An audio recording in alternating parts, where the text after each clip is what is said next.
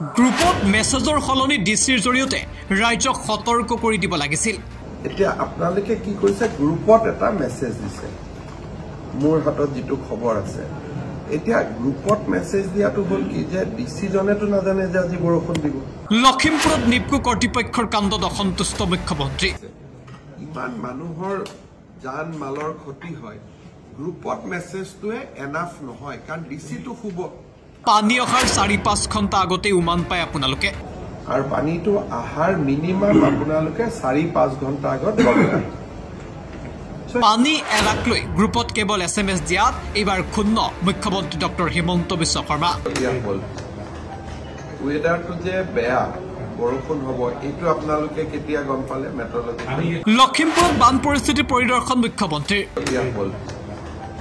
ৱেডাৰটো যে বেয়া, বৰষুণ হ'ব, এইটো আপোনালোকে কেতিয়া গম পালে? মেট্ৰলজি।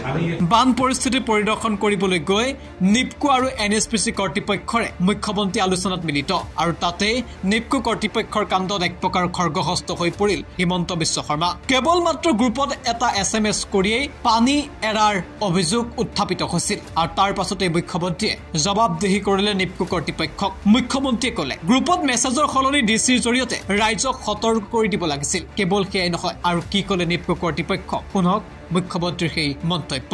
আহিলে ওপৰৰ পৰা আপোনালোকে প্ৰথম গম পালে যে পানীটো আহিব, আৰু পানীটো আহাৰ মিনিমাম আপোনালোকে 4-5 ঘণ্টা আগত লগায়।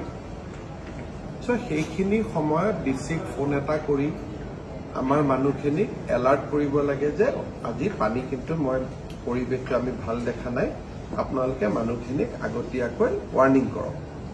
এতিয়া আপোনালোকে কি কৰিছে, গ্ৰুপত এটা মেছেজ দিছে, মোৰ হাতত যিটো খবৰ আছে। এতিয়া গ্ৰুপত মেছেজ দিয়াটো হ'ল কি যে ডিচিজনেতো নাজানে যে আজি বৰষুণ দিব, তেওঁতো শুই থাকিব ডেফিনেটলি। কথাটো বুজি পালে? ধৰক আজি মই এতিয়া ঘৰৰ পৰা গ'লো, 10টা বজাত মই ঘৰ গৈ পালো, 10টা বজাত স্বাভাৱিক মানুহ শুই যায়, মইতো গম নাপাওঁ যে বৰষুণ আহিব, কিন্তু মোক কোনোবাই ক'ব লাগিব যে ছাৰ আজি কিন্তু আপুনি নুশুব, হেভি ফ্লাড আহি আছে, আমি হয়তো গেট খুলিবলগীয়া হ'ব পাৰে। তেতিয়াহ'লে ডিচিজনে কি কৰিব, তেওঁ লগে লগে মানুহখিনিক এলাৰ্ট কৰিব। এতিয়া আপোনালোকৰ হৈছে কি, ইউ প্ৰিপেয়াৰ ৰেকৰ্ডছ, স্পিৰিট আৰু লেটাৰৰ মাজত এটা বহুত ডাঙৰ গেপ থাকে। যদি আপোনাৰ আৰু ডিচিৰ, আপুনি মোক আকৌ এবাৰ কওক, কেইটাত আপুনি প্ৰথম গম পাইছিলে যে আজি পানীটো আহিব?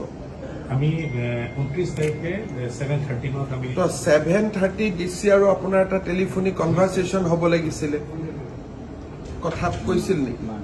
এতিয়া কথাটো হ'ল যে আপোনালোকৰ ৰঙানদীৰ পাৱাৰ প্লেণ্টত এজন ছিনিয়ৰ মানুহ ষ্টেচন আছে, যোনে নহওক, মেনেজাৰ হওক, এছিষ্টেণ্ট মেনেজাৰ হওক, MD হওক, DM হওক।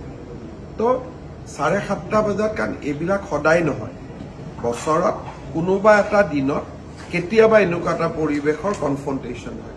ডিচিক আপোনালোকে এটা 7:30 ফোন কৰিব লাগিছিল যে ডিচি ডাঙৰীয়া, আজি কিন্তু আমাৰ অলপ ভয় লাগি আছে, পৰিৱেশটো আজি অলপ খেলি মেলি হ'ব পাৰে। এইটো বস্তু এটা পিছত টেকনিকেলি পৰীক্ষা কৰিব লাগিব যে পানীটো গ্ৰেজুৱেলি ওপৰত উঠি গ'ল, তেতিয়া আপোনালোকে খুলি দিলে। Weather আহোঁতেই like run of the system, যে আহিছে আমি লগে লগে এৰি দি আছো। News desk, shows the reality। বিয়া, জন্মদিন বা আপোনাৰ যিকোনো বিশেষ অনুষ্ঠানৰ বাবে one stop solution ambience banquets. আপোনাৰ প্ৰতিটো অনুষ্ঠানৰ বাবে এটাই শ্ৰেষ্ঠ স্থান, Guwahati's finest and luxurious banquet hall. Ambience banquets, perfect for every celebration. For booking, contact 7099013417 or visit 5th floor above Reliance Centro, RG Burwa Road, Guwahati.